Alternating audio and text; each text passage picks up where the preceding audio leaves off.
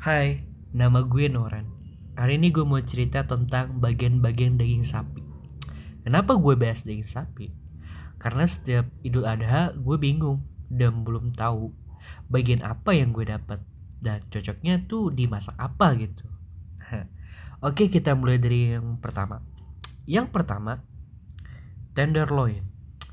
Kerennya itu tenderloin, tapi bahasa Indonesianya itu daging khas dalam. Jadi ya, ketika lu ngantri lama-lama dan lu dapet plastik isi daging, pas lu buka, anjir gue dapet tenderloin gitu. Kan keren pas temen lu denger gitu. Ini bagian punggung sapi, teksturnya empuk. Kelebihan tenderloin itu gak punya lemak. Ini cocok banget buat dibikin steak. Bukan steak itu sih. Steak yang ini yang benar. Tapi jarang-jarang banget kan orang Indonesia itu ketika dapet daging sapi kurban gitu ya dibikin steak. Biasanya sih dibikin sate kalau nggak sop gitu. Yang kedua, sirloin. Sirloin, kalau kalian mau bikin steak yang ada lemaknya, nah ini cocok banget nih karena rasanya cenderung gurih ya karena ada lemaknya. Ini bisa juga dimasak dengan cara ditumis. Oke, singkat aja. Yang ketiga, oxtail. Bagian buntut memiliki tekstur yang kenyal dan lembut jika pengolahannya benar. Bagian ini kalian harus sabar karena masaknya lumayan lama banget. Bagian ini di sop enak banget men. Buntut lu makan tuh enak. Yang keempat, top side.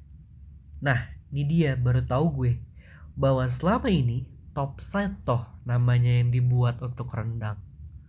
Baru tahu gue. Kalian baru tahu juga nggak? Bagian ini merupakan bagian terluar dari paha belakang sapi. Dari teksturnya, bagian ini padat dan sedikit lemak. Next, rib atau iga sapi. Bagian daging sapi ini terkenal karena lemaknya yang menempel cukup tebal. Sehingga bagian ini dinobatkan bagian paling gurih. Yeay, congratulations. Bagian ini cocok dimasak sop men. Enak banget, sumpah enak. Yang kelima, ada tanjung atau ram. Ini bagian terbaik buat bikin sate. Nah, nanti kalau lu misalnya Idul Adha, lu dapat bagian tanjung atau ram, istilah keren ya. Ini cocok banget nih buat lu bikin sate. Karena rasanya yang gurih karena memiliki lemak yang cukup tebal. Dari segi tekstur, ini terbilang lunak. Jadi ya pas gitu buat lu bikin sate. Habis itu ada perut sapi atau flank. Bagian ini memiliki tekstur yang kenyal. Masakan khas Indonesia banyak menggunakan perut sapi. Kayak sop, rawon, dan soto daging. Habis itu ada brisket atau yang paling sering kita kenal itu tetelan. Bagian ini diambil dari bagian punggung sapi, memiliki tekstur yang kenyal.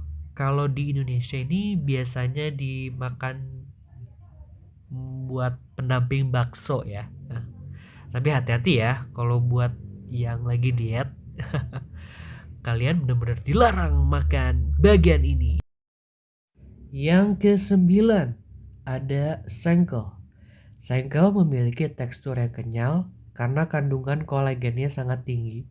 Untuk memasak bagian ini sebaiknya dimasak dalam kondisi waktu yang lama dan api yang kecil. Yang ke-10, yang terakhir, ada sampil.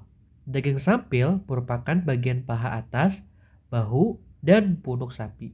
Saat dimasak, daging ini cenderung meleleh dan bisa mengeluarkan aroma yang khas. Pada bagian ini biasanya dipakai buat bikin bakso. Nah, itu aja guys yang bisa gue jelasin. Kalau ada bagian daging sapi yang belum gue jelasin, boleh komen di bawah. Lumayan buat nambah-nambah ilmu bagi yang baca komen.